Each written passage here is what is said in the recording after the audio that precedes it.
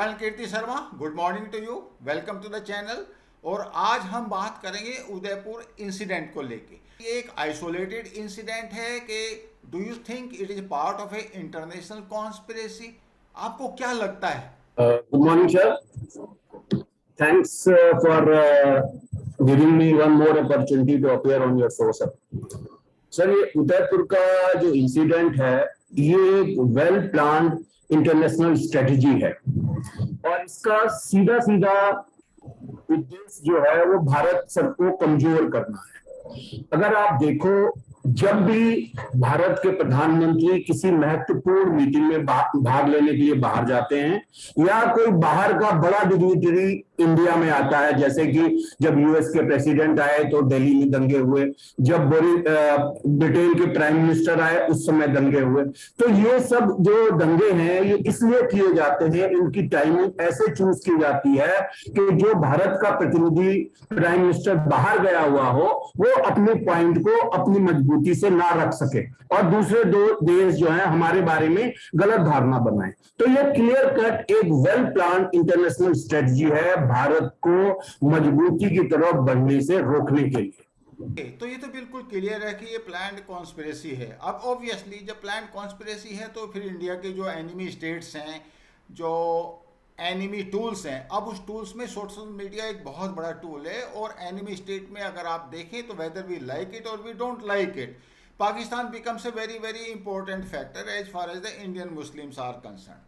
अब ये जो दो लड़के पकड़े गए, obviously they are from very poor background, मगर इनके जो आईएसआई कनेक्शंस या टेररिस्ट ऑर्गेनाइजेशंस जो कनेक्शंस हैं वो बिल्कुल क्लियरली एस्टेब्लिश्ड हैं, उसमें कोई डाउट नहीं है। और जिस तरीके से इन्होंने पूरा ये एग्जीक्यूट किया है टेरर फैलाने के लिए, तो उसमें बिल्कुल साफ सुथरा नज़र आता है कि या तो स्लीपर सेल के पार्ट हैं वो, और अच्छी तरह वेल ऑर्गेनाइज्ड हैं, वेल ऑयल्ड हैं, वेल ट्रेंड हैं, अपने ऑब्जेक्टिव को जानते हैं और जो जो उनको इंस्ट्रक्शंस आती हैं वो ये करते हैं।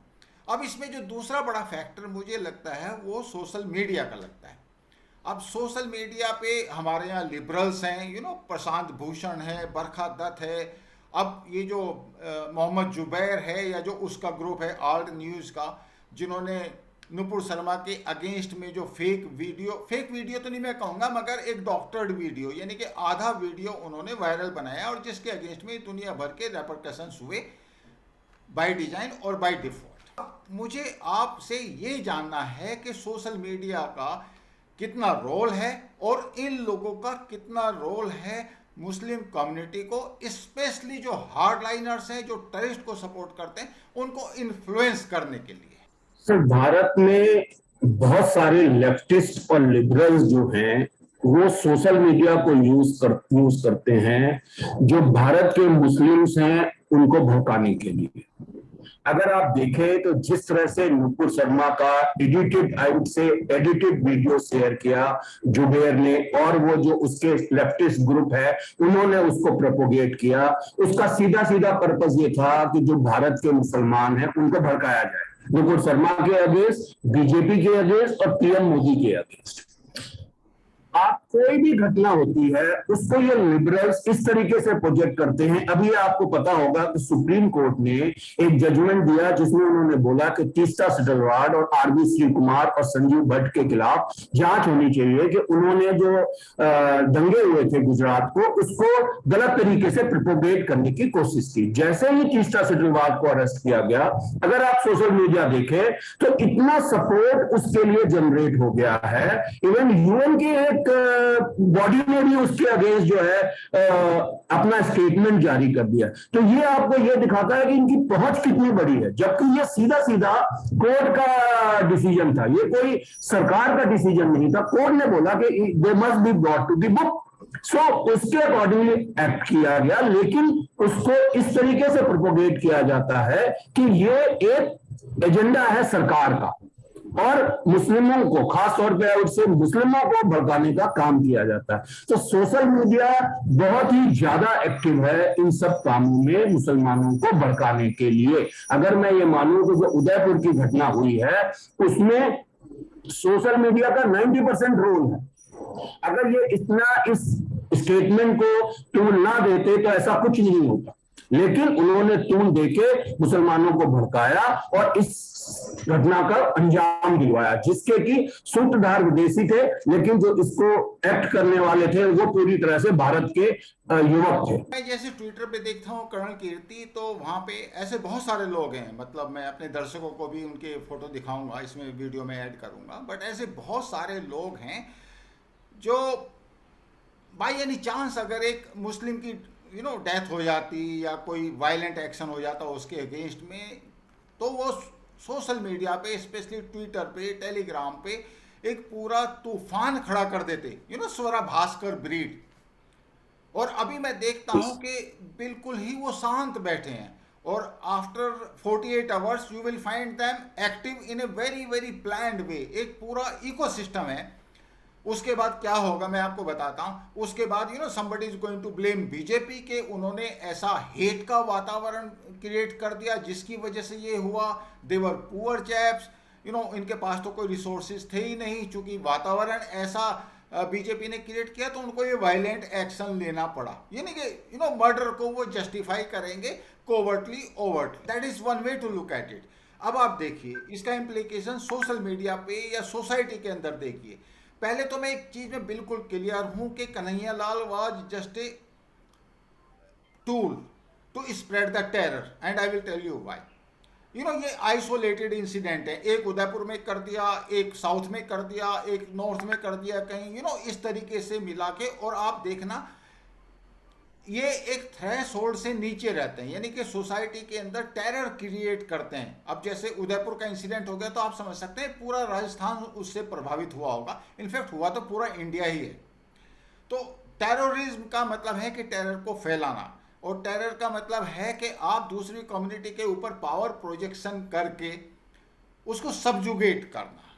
यानी कि अब आप देखें सोसाइटी के अंदर क्या होगा, जो डिस्कशंस हैं वो वन साइडेड हो जाएंगे, इन द सेंस के either you don't talk to Muslim और if you talk you don't say a single thing, and that is what their intention is.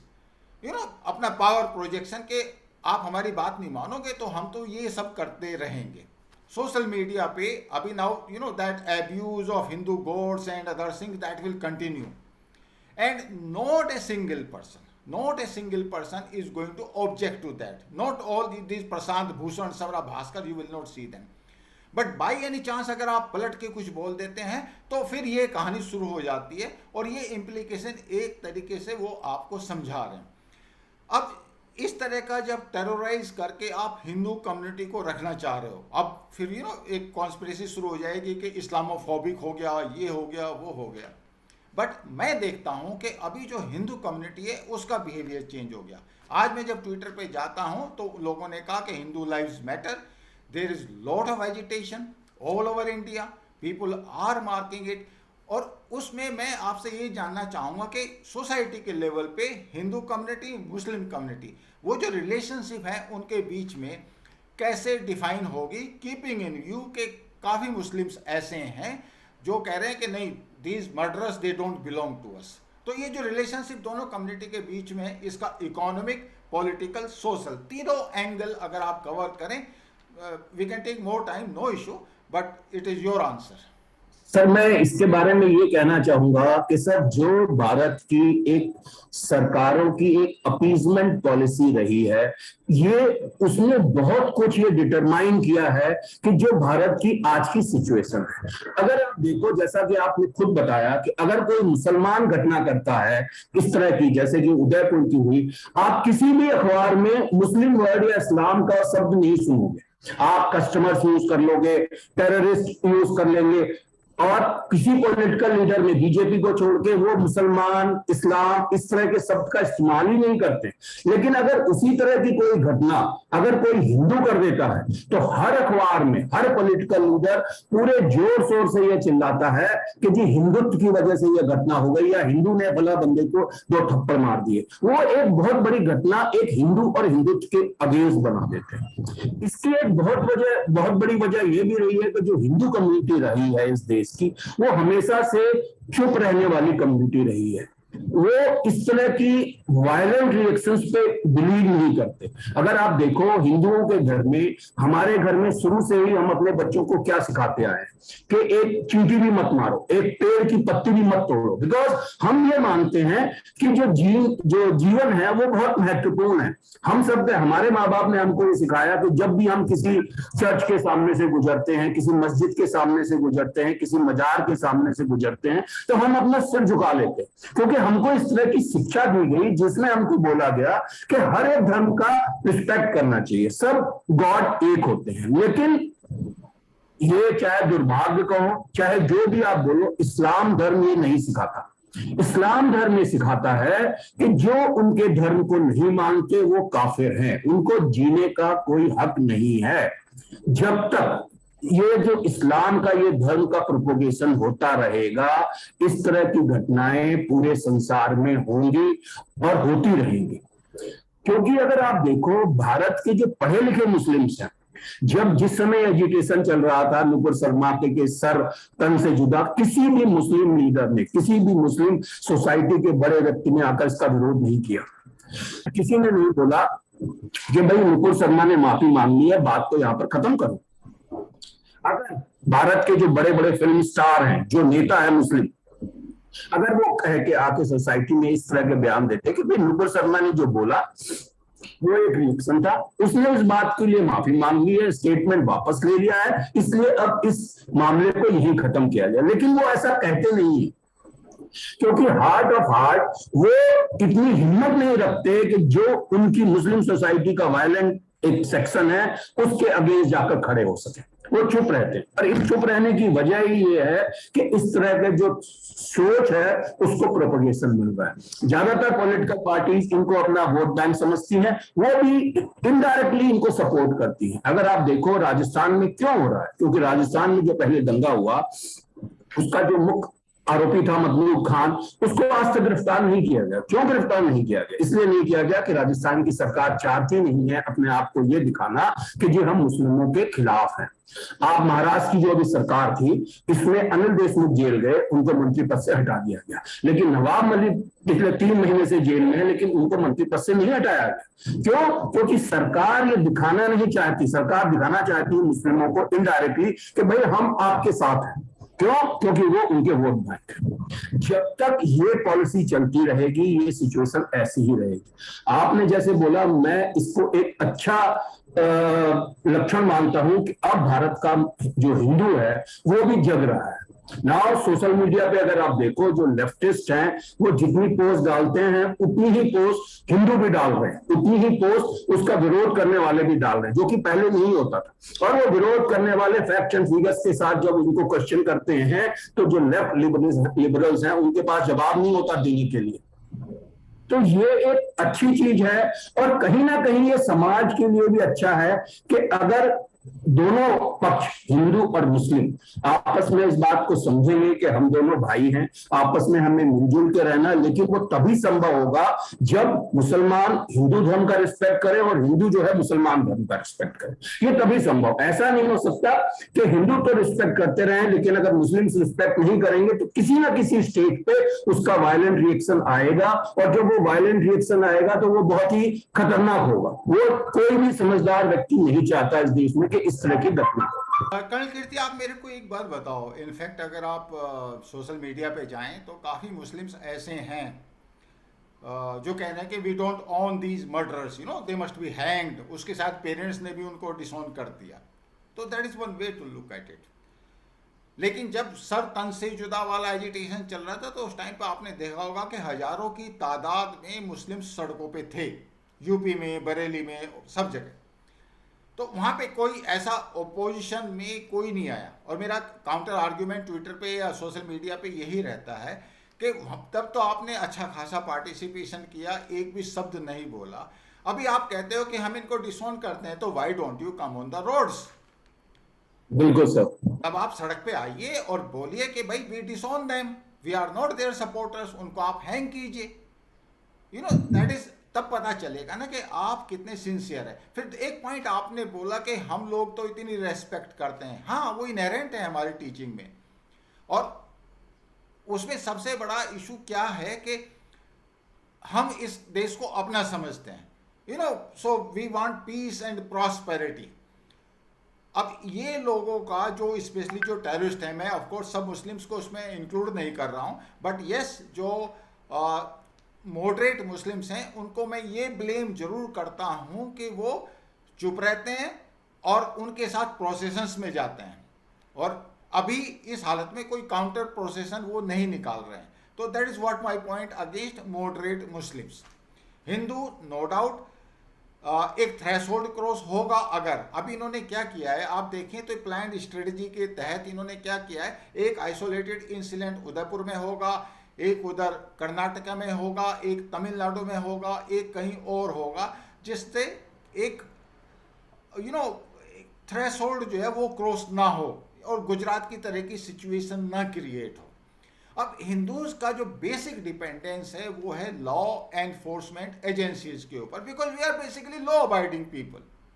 Hindus are basically law abiding people. तो उस हालत में जो dependence रहेगी वो रहेगी पुलिस के ऊपर रहेगी, पैरामिलिट्री फोर्सेस के ऊपर रहेगी, इंटेलिजेंस एपरेटस के ऊपर रहेगी।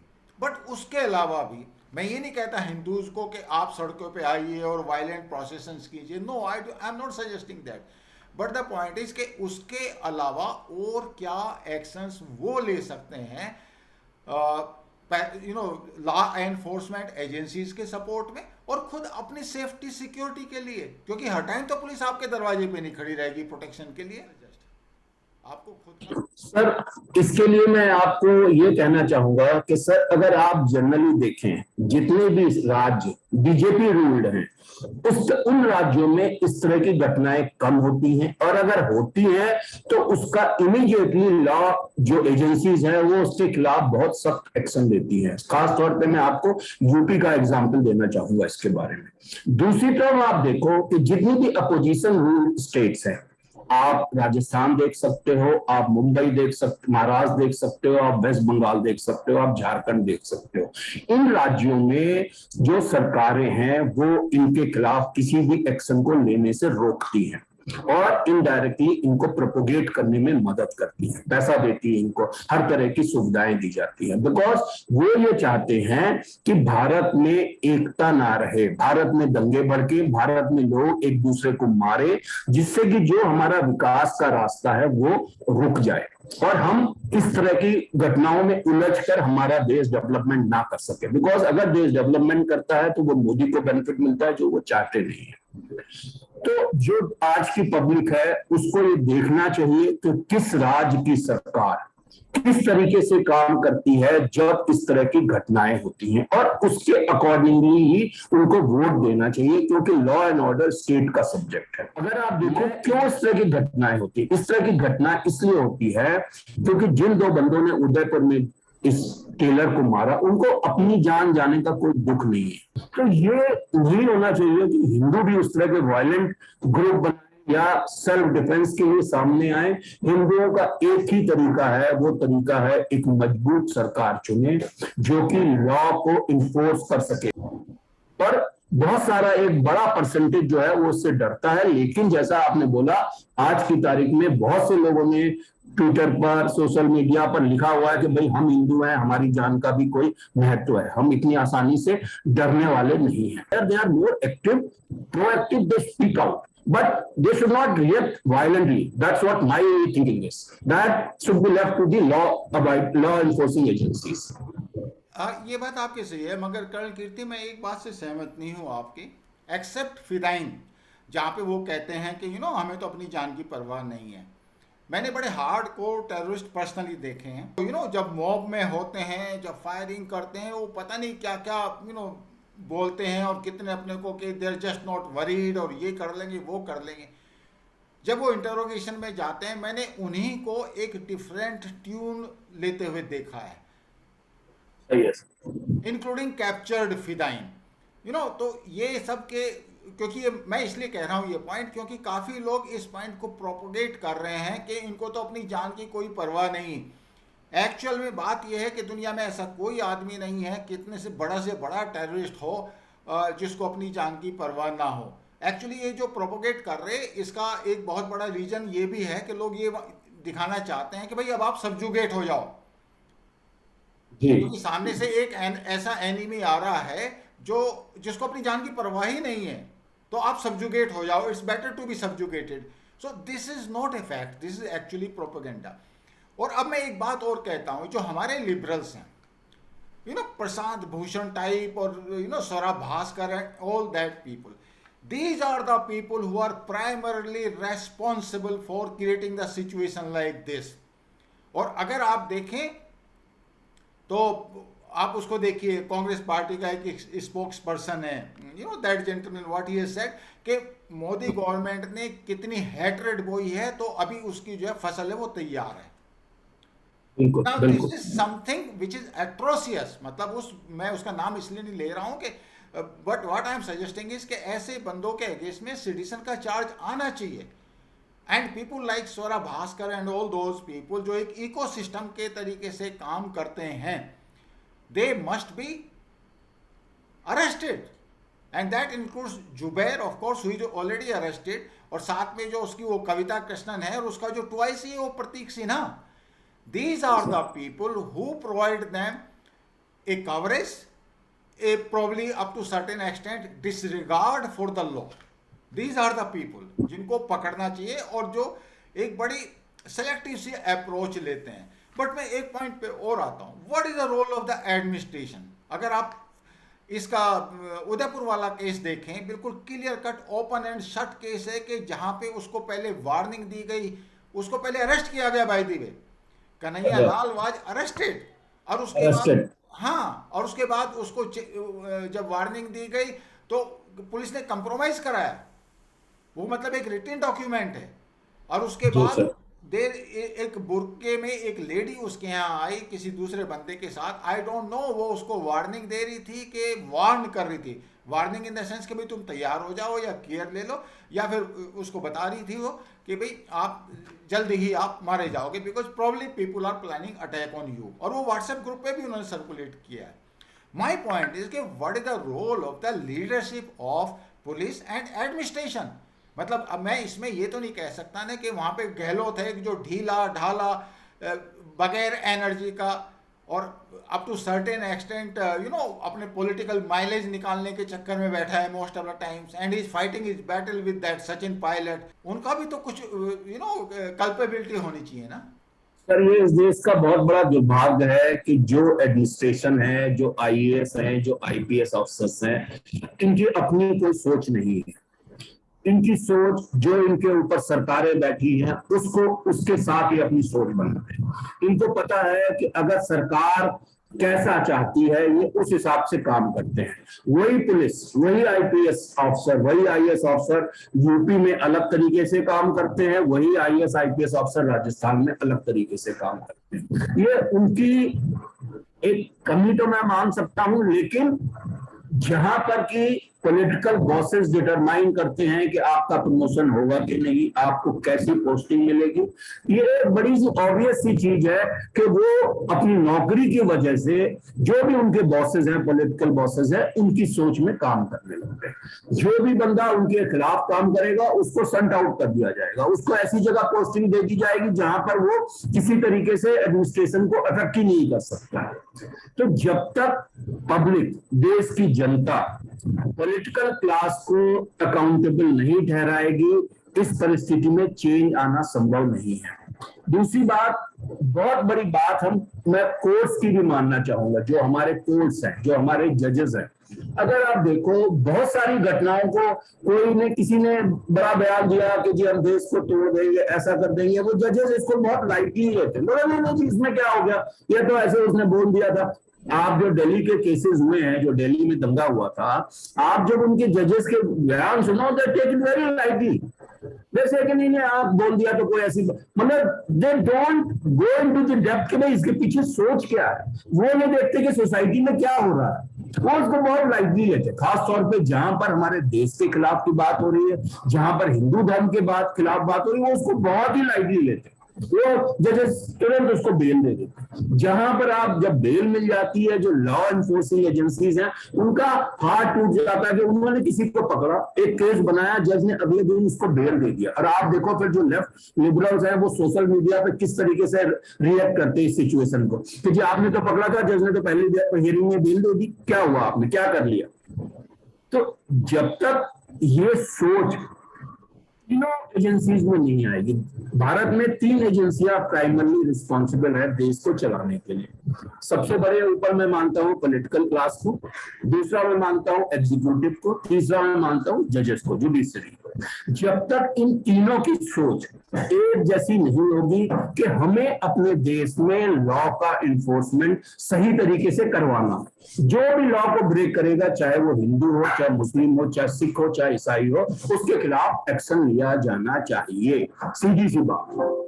अभी ये अच्छी बात है कि जो भारत का पॉलिटिकल क्लास है वो मोदी के, मैं बोलूंगा काफी हद तक इस बात को इम्प्लीमेंट कर रहा है, बट अनफॉर्चुनेटली जो हमारी विपक्षी पार्टी हैं वो इस चीज को इम्प्लीमेंट नहीं कर रही है, और इसकी वजह से जो एग्जीक्यूटिव उनके नीचे काम कर रहे हैं वो भी इसको सही तरीके से नहीं अप्लाई करा पाते हैं। ओके, तो आपका मतलब हुआ जो बेसिकली हिंदू कम्युनिटी है, जो पीस लविंग कम्युनिटी है, या फिर जो इवन मुस्लिम पीस लविंग कम्युनिटी है, चाहे वो कम ही परसेंटेज में सही, चाहे वो बिल्कुल चुपचाप ही सही, सही पॉलिटिकल लीडरशिप को सेलेक्ट करना बहुत जरूरी है, बिकॉज अल्टीमेटली उन्होंने ही ब्यूरोक्रेसी को कमांड करना है। ओके, ये पॉइंट मैं एग्री करता हूँ। अभी जो अगला पॉइंट है वो लोगों ने ये कहा कि ठीक है भाई, हमने तो पॉलिटिकल लीडरशिप, हमने मोदी को तो प्राइम मिनिस्टर बना दिया, योगी को चीफ मिनिस्टर बनाया, लेकिन हर एक स्टेट में हम योगी कहाँ से लेके आए?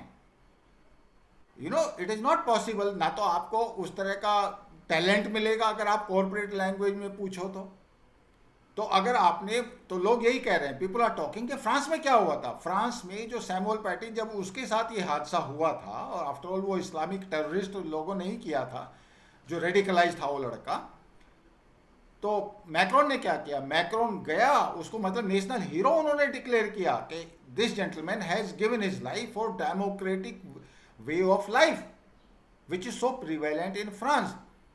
तो why not this Kanhaiya Lal or all those people, who sacrificed their life for the democratic values of the country, why they should not be declared something at national level? It will make lot of difference at every level. What do you say? So मैं इसके बारे में ये कहूंगा कि rather than giving some honor to Kanhaiya Lal, because Kanhaiya Lal has not done anything, he has just been subjected to murder. It would be much better if we develop a system where the people who have killed him are taken to task within a week. They are hanged within a week. Now, in this case, there is nothing to investigate. There is nothing to argue about. Their videos are there. They themselves have said so. Why not we have a judicial system where they within the week they are hanged on the gallows? Thank you so much. It has been a pleasure interacting with you. We will see you again on this channel. Thank you. Very much, sir. Thank you, sir. The point is, are we understanding the total game of anti-national forces with the help of communal elements in our society and so-called liberals? And liberals are generally active on social media, especially the Twitter part. I hope you liked this blunt conversation. I will see you in next video. Please like, share and subscribe.